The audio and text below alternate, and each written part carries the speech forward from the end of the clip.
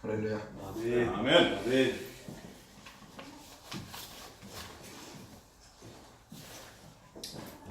우리 김 목사님께서 제 소개를 안 해주신 것 같아서 네, 제가 네. 소개를 좀 드리고 저런 사람을 이해를 해야 이제 말씀이 증거될 때 또 교감이 있을 것 같으니까 제 소개를 해드리겠습니다. 우선 저는 장영규 목사고요. 보스턴에서 지금 사역을 하고 있고 제가 신학교 다닐 때 외항선교라고 하는 그 서클을 만들어서 인천 외항에 나가서 복음을 증거하는 그런 일을 했습니다. 그 이후에 오랫동안 선교에 대한 그런 생각을 잊고 있다가 제가 3년 전에 어느 날 기도하면서 이렇게 보니까 하나님께서 제게 이렇게 그 주신 비전 가운데 하나가 선교더라고요. 그래서 어떤 선교를 할까 생각을 해보니까 제가 나가서 풀타임 사역은 못하더라도 하나님 말씀 증거하는 그런 일을 해야 되겠다. 그래서 남미 지역에 그 나가서 사역을 하려고 마음을 먹고 그리고 준비하고 그렇게 하고 있습니다.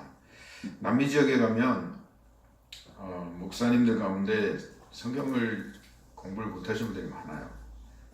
대학 나오신 분들이 많지 않아요. 그리고 중학교, 고등학교 나오신 분들 많고 심지어 초등학교 나오신 목사님도 계셔서 그분들에게 이렇게 말씀을 증거한다는 게 굉장히 축복인 것 같아요. 그래서 말씀으로 이렇게 훈련시키고 그들로 하여금 하나님의 말씀을 이해할 수 있도록 해주는 그런 일을 하고 있습니다. 보스턴에서는 목성인이라고 하는 단체에서 거기에 지회장으로 섬기고 있고 말씀을 증거하는 일을 하고 있습니다.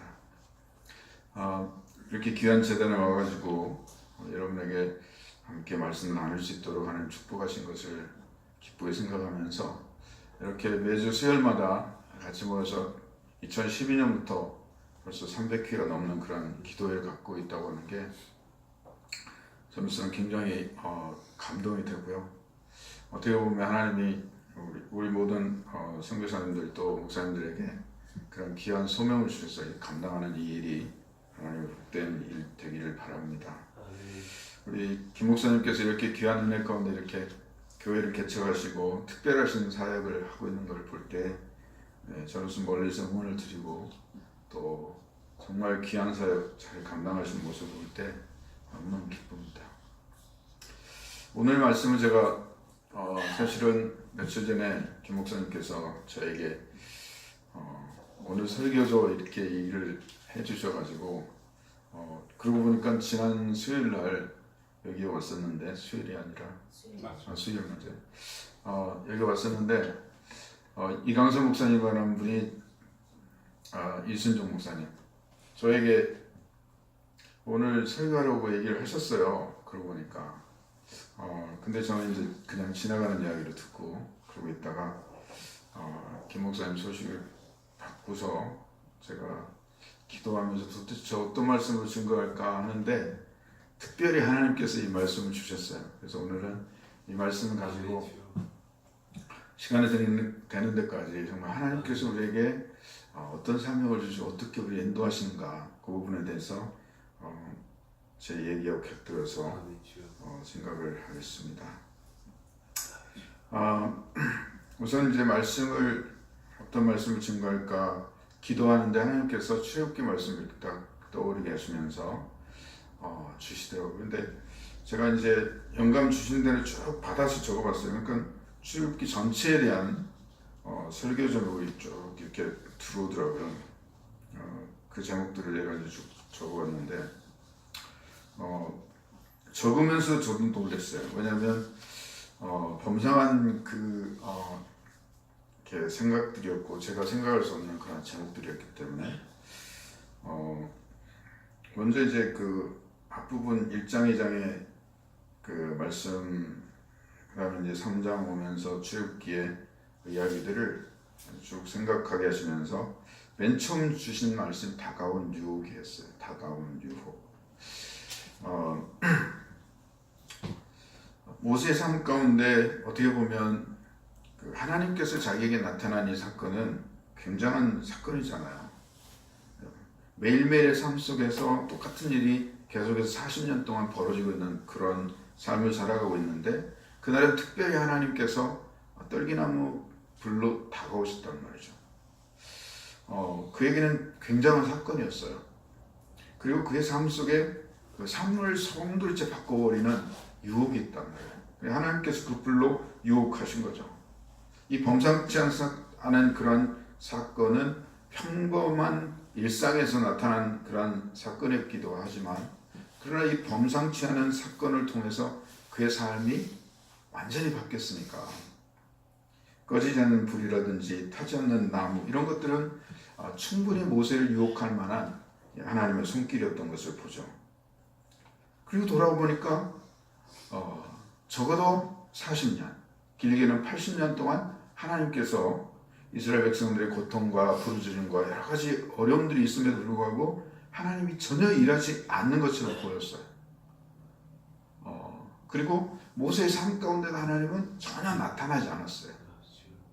적어도 광야 미디안에서 40년 동안 그는 모든 것을 포기하고 자포자기하고 그의 삶 가운데 이제 내 인생 끝났다고 생각하면서 그렇게 살아갔던 40년이란 말이죠. 그런데 그 40년을 깨고 하나님께서 나타나셨다고 하는 이 엄청난 사건, 그리고 나타나셔서 하나님께서 그에게 내가 이 광경을 보겠다고 다가오는 모세에게 모세야 신발을 벗어라 그렇게 말씀하시면서 이렇게 인도하시는 그런 모습을 보면 그의 삶 가운데는 엄청난 유혹이었죠. 그렇게 하시고서는 모세에게 구체적으로 얘기하시는 말씀이 4장 1절부터 말씀이에요. 이 4장 1절부터 말씀을 보면 지금까지 모세의 삶 가운데 그가 간직하고 있었던 삶의 모든 껍데기를 송두리째 깨버리는 거예요. 그래서 제게 주신 두 번째 제목이 뭐였냐면 시간의 껍질을 깨고라고 하는. 왜 하나님께서 이렇게 갑작스러운 그 다가옴을 통해서 그에게 나타나시고 그리고는 지금까지 적어도 40년, 길게는 80년, 적어도 40년이라고 얘기하는 것은 모세가 살인하고 미디안에 도망쳐가지고 40년 동안, 길게는 80년이라고 하는 것은 모세가 태어나서부터 지금까지의 삶 가운데 하나님은 시간이 흘러가면서도 수없이 많은 사건들이 다가갔음에도 불구하고 그에게 말씀하지 않으시다가 이제 오셔가지고 그에게 말씀하시는 이 사건이 어떻게 보면 그가 가지고 있던 모든 것들을 깨뜨리는 그러한 사건이었다고 하는 거죠. 그러면서 하나님께서 다가오실 때에 하나님 앞에 모세가 변명한 몇 가지 변명이 오늘 본문에 나와요. 첫 번째 변명이 뭐냐면 그들이 내 말을 듣지 않을 겁니다 라고 하는 거예요. 세상에 40년 동안이나 멀리 떨어져 있었던 자기 민족이었지만 그 자기 민족의 모습만 모양만 가지고 있었지 그는 애굽의 문물을 배우는 공주의 아들로 자라갔다고 하는 것은 어떻게 보면 노예로서 수십 년을 살아 수백 년을 살아왔던 이스라엘 백성들에게는 전혀 환영받지 못할 인물이었던 거죠. 그런데 그러한 인물을 하나님께서 가라고 하시니까 모세 입장에서는 충분히 판단할 만하죠. 그래서 이방인 아닌 이방인으로서 어떻게 보면 그의 삶 가운데 완전한 그 뿌리 뽑힌 인생으로 그를 살아간다고 합니다. 미주에 살고 있는 많은 사람들이 한국에서 이미 올 때 이미 뿌리가 뽑히잖아요. 오늘 우리가 사역하는 사역의 대상들도 마치 그런 사람들이거든요. 물론 단기적으로 와 있는 사람들은 그렇지 않을지 모르지만 장기적으로 와 있는 사람들은 이미 자기 나라에서 뿌리를 뽑고 여기 온 사람들이기 때문에 그 나름대로 정체성이 이미 허물어져 버린 사람들이란 말이죠. 이런 사람들 사역하는 게 우리 여기 계시는 목사님들의 사역이잖아요. 그럼 그 사람들에게 우리가 어떻게 다가갈 것이냐라고 할 때 우리 한 번쯤 모세의 삶을 생각해 봐야 돼. 시간의 껍질을 깨고 다가오신 하나님께서 그의 삶 가운데 놀라운 그 다가옴을 통해서 결국은 그의 삶만 건지신 게 아니라 그의 삶을 통해서 또 다른 인생의 삶을 건지시기를 원하시는 하나님의 계획이 구체적으로 거기서 나오고 있다. 그러니까 사역의 출발은 우선 대상에 대한 파악으로부터 시작해야 되는데 뿌리 없는 백성들, 뿌리 없는 그런 사람들 정말 어떤 사람인가를 알아야 되겠죠. 제가 미주에서 경험해 보니까 뿌리 뽑힌 사람들만큼 힘든 사람이 없는 거예요. 목회도 그렇고 그 사람들 변화시킨다는 게 굉장히 어려운 거예요. 물론 그분들 가운데 신앙생활 하려고 교회에 오는 사람들이 있어요. 그러나 교회에 와가지고 진정한 믿음을 가지고 사는 것보다는 소셜로 와가지고 누군가를 만나기 위해서 신앙생활하는 사람은 대부분들이에요. 그러니까 이분들이 이제 구역 모임 왔을 때 목회자를 초대해서 예배를 드려요. 그래서 목회자가 빨리 가기를 원해요. 왜? 2차 하고 싶어서. 그 2차는 뭐겠어요? 나름대로 그들의 삶을 위로해 줄 것이라고 생각하는 음주하면서 나름대로 기쁨을 누리는 그런 삶을 산단 말이죠. 그리고는 신앙생활을 한다고 생각해.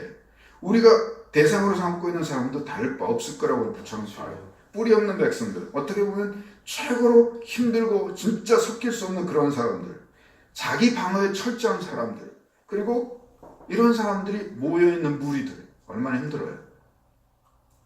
성경에 히브리 사람들 하비루 뭐 이렇게 성경과 학자들 얘기하기 때문에 하비루를 우리가 어떻게 보느냐, 하비루는 떠돌이들이다 이렇게 얘기를 하잖아요. 그러니까 이스라엘도 결국은 떠돌이들이었는데 그럼 모세는 그 떠돌이들의 몇 배나 몇 값이나 더한 떠돌이였단 말이죠. 어쩌면 하나님께서 그런 모습을 보시고 그를 부르지 않으셨나. 떠돌이 인생을 이해할 만한 사람 누구 있겠어요? 가장 떠돌이가 떠돌이 인생을 이해할 거 아니에요. 그래서 하나님이 그를 부르셨던 거죠. 그러나 모세의 입장에서는 자기는 도저히 그게 걸맞지 않다고 보여지고 내 인생은 거기에 맞지 않는다고 생각한 거죠. 이게 어떻게 보면 하나님의 아이러니를 할 수 있겠죠. 근데 하나님은 그 선입견을 깨뜨려 버리신 거예요. 자, 모세가 그렇게 그들이 듣지 않을 것이라고 하는 얘기를 했을 때 하나님 어떻게 대우하시는 거 보시죠. 하나님께서 첫 번째 처방이 뭐였냐면 내 손에 있는 것이 무엇이냐. 40년을 붙들고 있었던 지팡이잖아요. 근데 그 지팡이를 던지라고 했어요. 던졌더니 지팡이가 뱀이 됐다고 하는 거예요. 생각해보니까 이 말씀은 그 지팡이는 지금까지 모세의 삶을 붙들고 왔다고 생각했어요. 40년 동안 그를 지탱해 왔다고 생각했어요. 어려움이 있을 때마다 그의 지팡이는 그의 삶을 붙들어주는 툴이었어요. 그런데 하나님을 만나고 하나님께서 명령하시고 나서 하나님께서 던지라고 했을 때 던져놓고 보니까 그 지팡이는 뱀이 돼서 나를 잡아먹는 거였단 말이죠.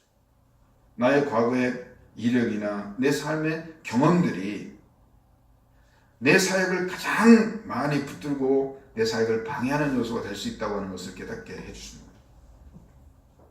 지금까지 내가 해왔던 나의 삶의 모습, 내가 살아왔던 사역의 방향들, 그런 것들이 어쩌면 내가 하는 사역이 하나님께서 원하시는 사역이 아니라 내 방법으로 했기 때문에 하나님 역사를 경험하지 못했던 거 아닌가, 이런 생각을 하는 거예요. 그래서 하나님이 던지라고 했잖아요. 자기 자신의 실체를 보는 거예요. 아, 내 모습은 이런 모습이구나. 결국은 내 모습은 나를 잡아먹는 모습입니다. 얼마나 자기 자신을 철저하게 불신했겠어요. 40년 동안.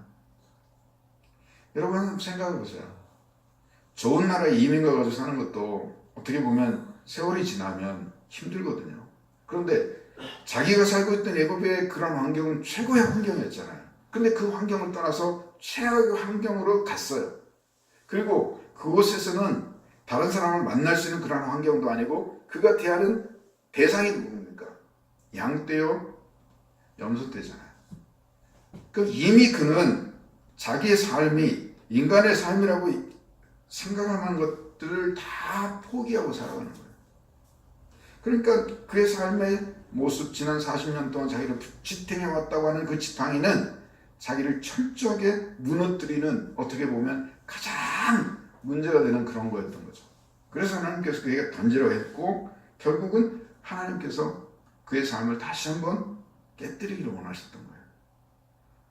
그런데 하나님께서 다시 말씀하여 그 꼬리를 붙잡아라. 4절의 말씀이죠. 네 삶을 내가 다시 한번 해석해 주겠다고 하시는 하나님의 제스처라고 나는 보여줬어요. 그 손에 지팡이가 다시 들려진 거죠. 그런데 이 지팡이는 아까 들고 있었던 지팡이하고는 전혀 다른 지팡이예요. 이제부터는 하나님께서 지금까지 그가 실패와 좌절 속에 있었던 그의 삶을 전능하신 하나님의 손 안에서 하나님의 능력을 나타내는 그런 도구로 하나님이 쓰시겠다고 작정하시면서 그를 깨뜨신 거잖아요. 여기서 우리가 한번 생각해 봐요. 내가 사역하는 대상을 사역하고 있을 때 정말 내 능력 가지고 되든가 말이죠. 안 되잖아요. 이민사회 속에서 삶을 영위하려고 발버둥 치는 사람들을 대상으로 해서 우리가 사역을 해나갈 때 그 쉽지 않단 말이죠. 그 쉽지 않은 사역을 해나갈 때 나의 과거의 그 경험과 그런 걸로 되지 않는다는 거죠. 철저하게 하나님이 우리를 붙잡아 주시고 우리를 새롭게 해주셔야 되는데 그 새롭게 하는 그러한 결단이 어디서 나오냐. 하나님 앞에 귀 기울이고 말씀 들을 때 하나님께서 내 삶 속에 바꿔주시는 그런 것들. 이게 바로 필요한 거죠. 내가 사역하는 대상이 누군가를 철저하게 파악을 해야 돼. 그런데 문제는 뭐냐면 저는 모르겠어요. 우리 사역자들이 어떤 삶을 살아왔는지. 정말 타문화권에서 이방의 세계에 있어서 그런 그 경험들이 있으신지. 만약 그렇게 있다고 한다면 사역이 좀 편하실 거예요. 그러나 한 번도 이방사에 가지 않고 그렇게 살았던 경험이 없다고 한다면 사역이 진짜 힘들죠.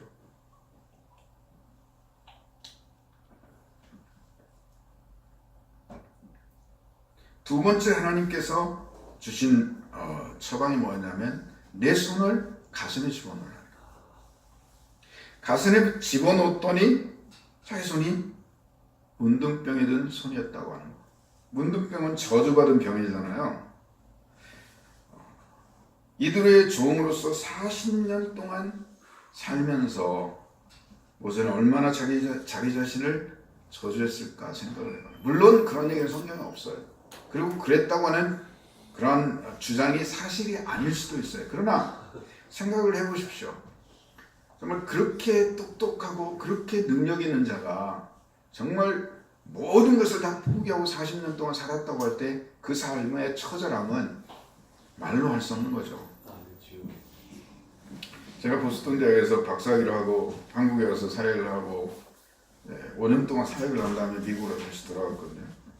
그리고 10년을 정말 힘들게 살아봤어요.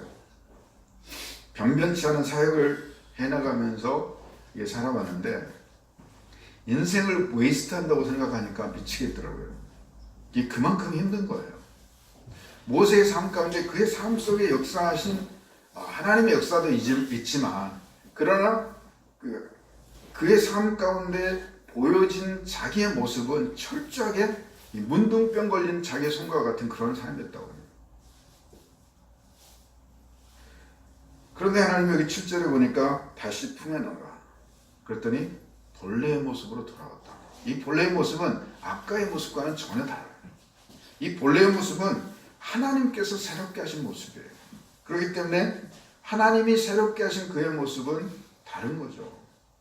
이 내적인 자기 확신은 아무도 몰라줘요. 그렇지만 자기 자신은 분명히 알아요. 하나님 나와 함께 하셨고 하나님 나를 치유하셨고 나를 붙잡아 주셨다고 하는 분명한 확신.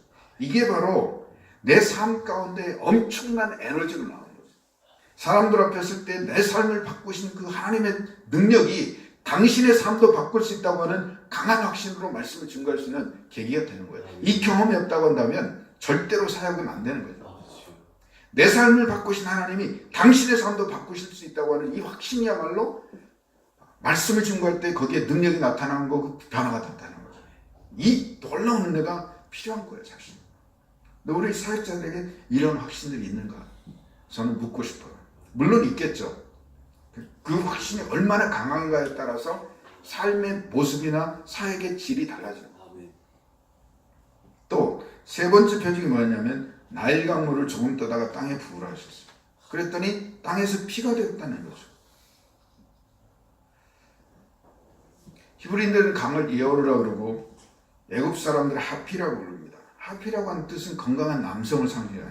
그러니까 생명의 젖주려고 얘기할 만한 강한 그런 능력이 있는 거예요. 그런데 이 강한 능력자인 애굽의 강물이 물로 변했다고 하는 것은 엄청난 저주죠.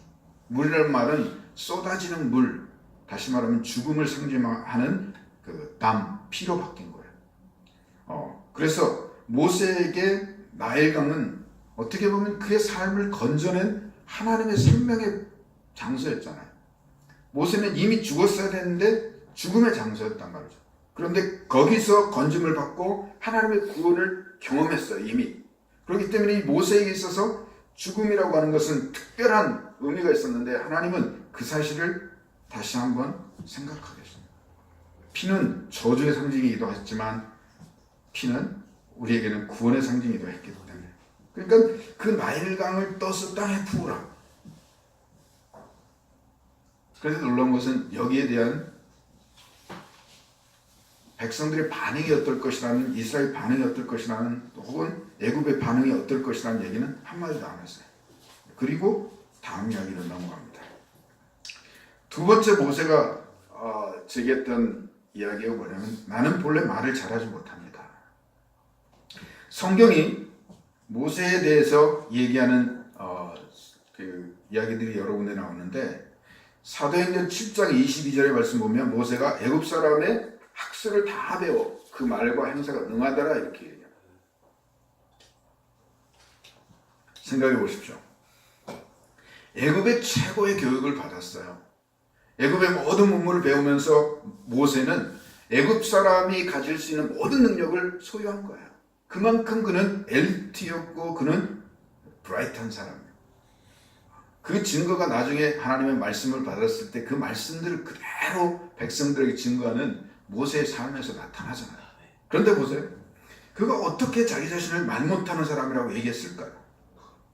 이해가 되지 않죠. 출애굽기 6장 12절의 말씀 보면 모세가 여호와 앞에 구하여 가로되 이스라엘 자손도 나를 듣지 않을까, 그런 얘기를 해요. 여기는 조금 다른 얘기지만, 그러나 자기 자신이 말로써 이스라엘 백성들을 설득하는 것은 자기는 자신이 없다고 하는 거죠. 근데 이 말씀을 곰곰이 생각해 보니까 맞더라고요. 모세는 진짜 말 못하는 사람이에요.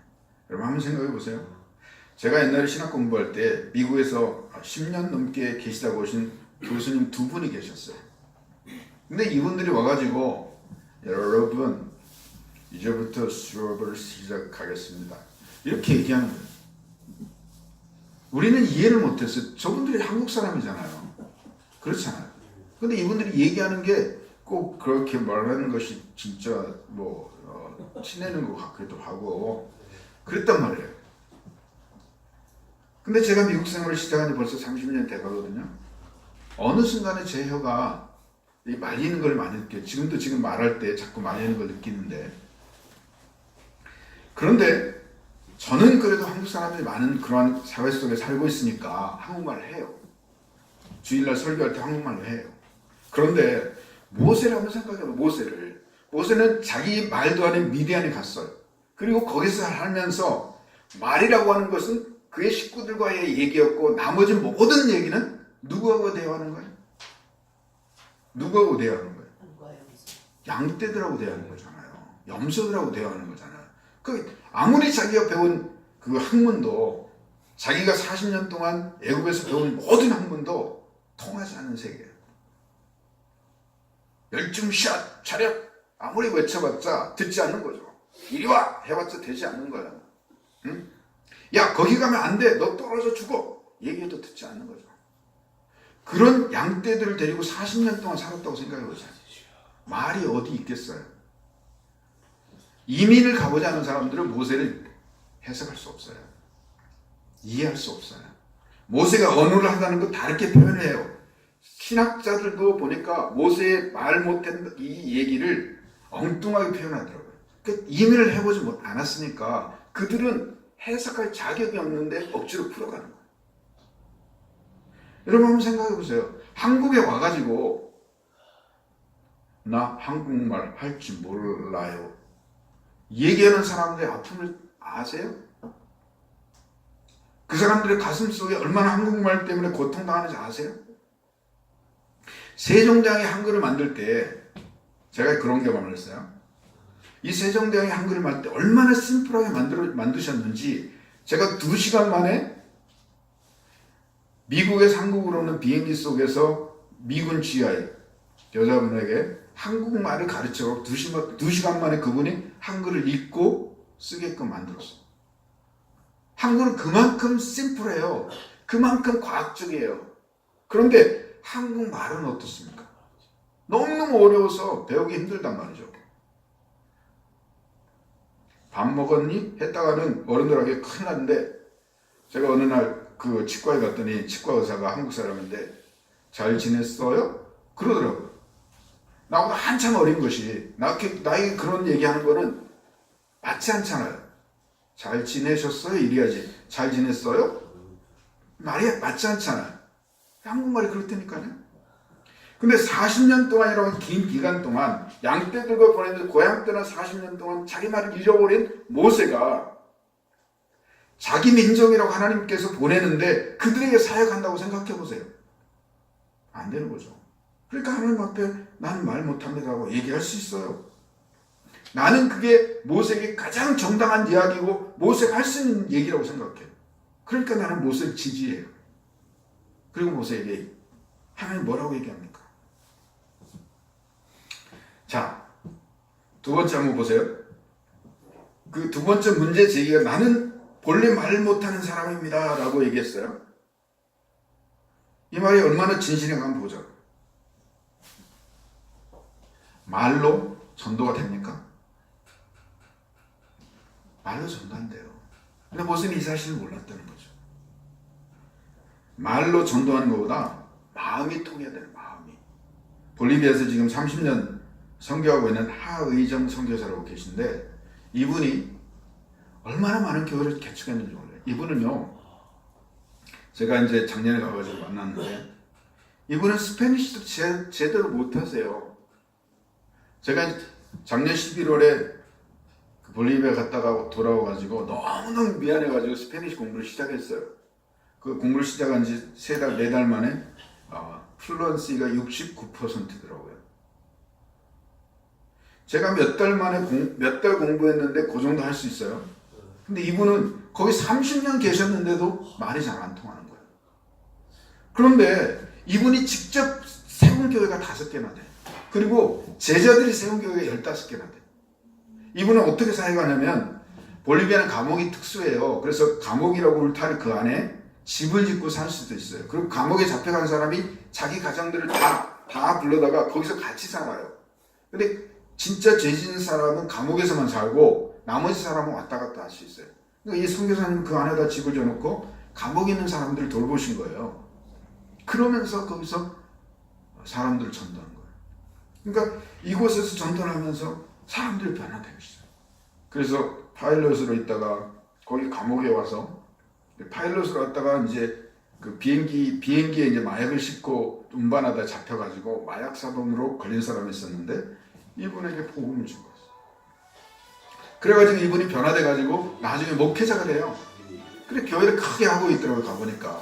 그러니까 우리가 이 사역을 해나가면서 모세는 자기 자신이 내가 말 못합니다. 그러니까 못 갑니다라고 얘기를 했지만 하나님은 말 못해도 일하게 하신다니까요.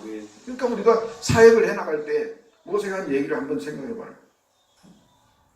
제가 말씀을 준비하면서 2012년 기사를 보니까 유학생 10만 명, 신천만 명, 600개 교회가 애국 예배를 드리고 있고 예수님 얘기만 해도 눈물을 팡팡 흘린다라고 하는 그러한 기사를 누군가 썼더라고요. 아마 여기 시작하면서 했던 기사 같더라고요. 보니까 지금은 훨씬 많겠죠. 아까 200만이라고 하는 얘기를 했고 그리고 유학생들이 몇 만이라고요? 14만 명. 예, 4만 명. 14만 명. 예. 그러니까 이 엄청난 이 숫자를 대할 때 말로 되냐고요, 말로. 우리가 그분들의 말을 쓸 수 있어요? 안 되잖아요. 그러니까 우리가 전도한다고 할 때 말로는 안 되는 거죠. 마음으로 되는 거지.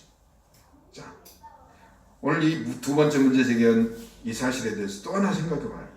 이게 전도가 쉬운 거 아닌 거죠. 바울은 고린도전서 2장 1절부터 4절까지 해서 전도라는 게 말과 지혜로 되지 않는다.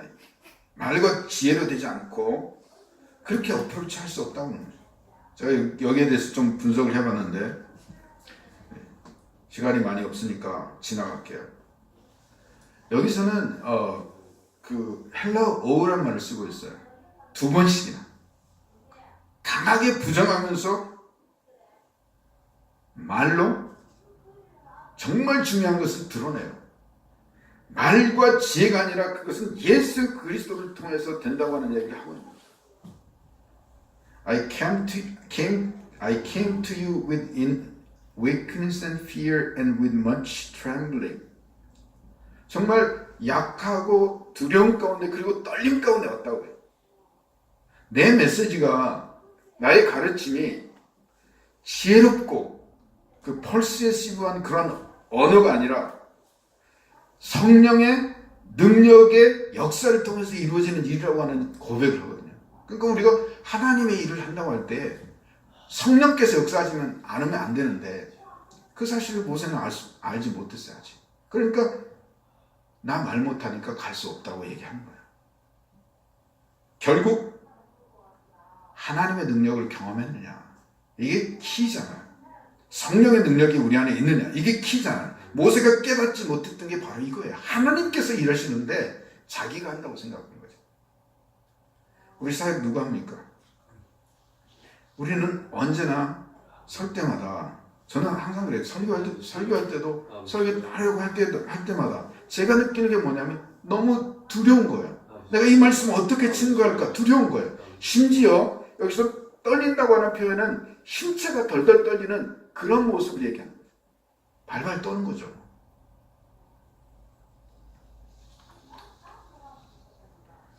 제가 지난 몇 년 동안 조나단 에드워즈에 대해서 연구를 했어요. 그러면서 이분이 말씀 사역할 때 있었던 일들을 생각합니다.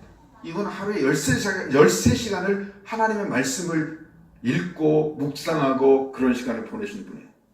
근데 이분은 깨같은 글씨로 우리가 A4 용지 4분의 1 정도 사이즈에다가 거기서 원고를 작성해서 그렇게 설교를 하셨는데 설교가 그냥 읽었어요. 그런데 설교할 때 놀라운 역사들이 나타나는 거예요. 사람들이 죄를 통회하고 자복하면서 막 땅을 치면서 그렇게 하니까 예배 공간이 아주 아수라장되게 돼요.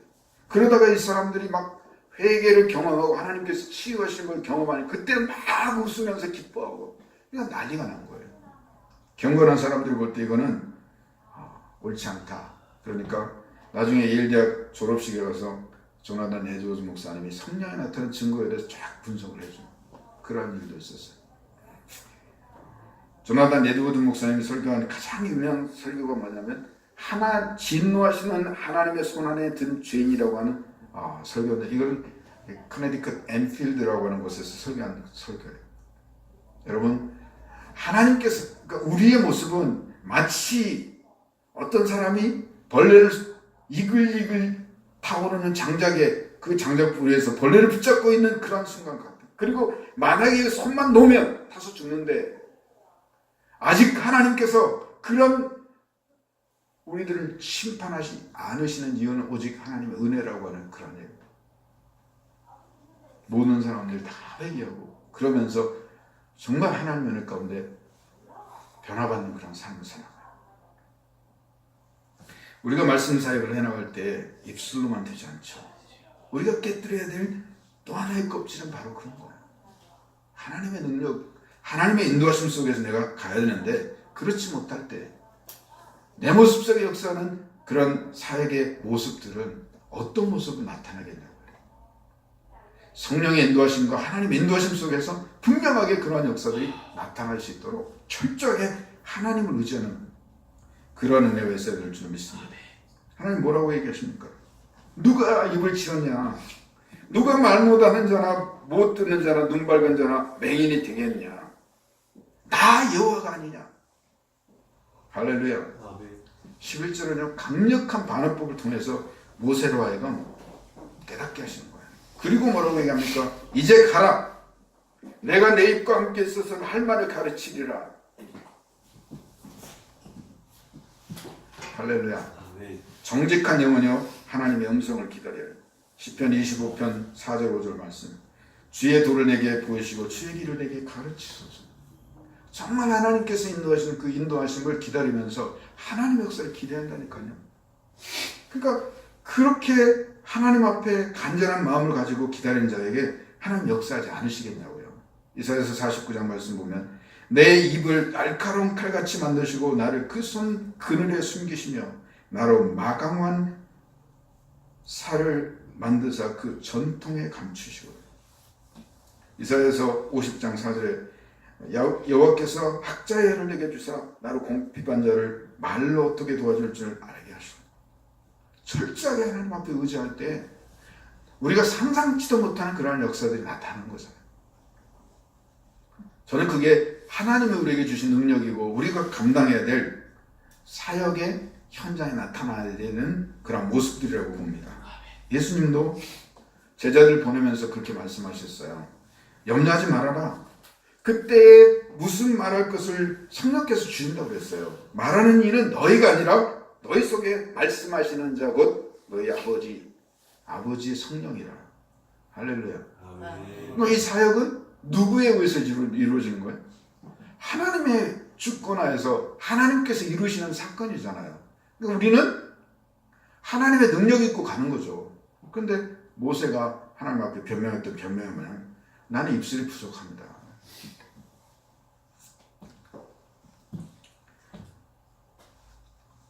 자, 세 번째 변명은 뭐냐면 그렇게 얘기했는데 모세는 또 얘기해요. 주여 보낼 만한 자를 보내소서. 13절입니다. 보얏 티슐락라고 하는 이 말, 이 보얏 이 야드란 말이 이제 손이잖아요. 손이라고 하는 뜻은 히브리 말로 능력이라는 그런 의미를 갖고 있어요. 그러니까 능력이 있는 사람 보내세요. 자격이 될 만한 사람 보내세요. 그런 얘기예요. 한번 생각해 보세요. 그 시대에 하나님의 일할 수 있는 자격 있는 자가 모세 말고 누가 있겠냐고요. 하나님은요 80년을 기다렸어요. 모세가 준비되기를. 40년 동안 모세가 자기 준비를 했다고 생각했지만 그 준비는 너무너무 부족했어요. 그래서 하나님은 그 모세를 쓰지 않으신 거죠. 만약에 애굽에서 40년만 준비하고 모세가 이스라엘 백성들을 이끌고 갔다고 한다면 저는 분명히 확신하기를 모세가 광야에서 다 이스라엘 백성들을 죽였을 거예요. 그런데 광야에서 40년 동안 철저하게 모세는 케어자로서 돌봄을 배웠단 말이에요. 그리고 양떼 하나하나를 돌보면서 그게 얼마나 소중한가를 알았단 말이에요. 그러니까 하나님이 이스라엘 백성들을 버리려고 하실 때도 하나님 앞에 항변하잖아요. 하나님, 어떻게 하나님이 그러실 수 있어요? 이건 하나님의 얼굴에 우리말로 뭐 하는 거예요? 그렇게 얘기하는 거잖아요. 그러니까 그러지 마시라고 강변할 수 있었던 이유가 바로 그런 거예요. 무엇만큼 준비된 자가 어디 있습니까? 출애굽기 전체를 보면 이게 구원 역사거든요. 근데 이 구원 역사에 있어서 모세가 80년 동안 준비할 때 이스라엘 백성들에게 하나님 한마디도 안 하셨다고요. 80년 동안 이스라엘은 부르짖고 애탔지만 하나님은 나타나지 않았다고요. 그런데 이 80년이 지난 후에 모세에게 떨기나무로 나타나셔서 그리고 사명을 주시는 이 사건은 엄청난 사건이잖아요. 그런데도 모세는 하나님 앞에 항변하는 거예요. 보낼 만한 사람 보내세요. 나는 아니에요. 제가 볼리비아로 가려고 할 때 참 여러 가지 생각이 들더라고요. 저는 교회가 크지 않아서 교회가 나를 서포트할 수도 없고, 내가 스페니쉬를 못하니까 내가 가서 바로 증거할 수도 없고, 그리고 내가 여유 있어서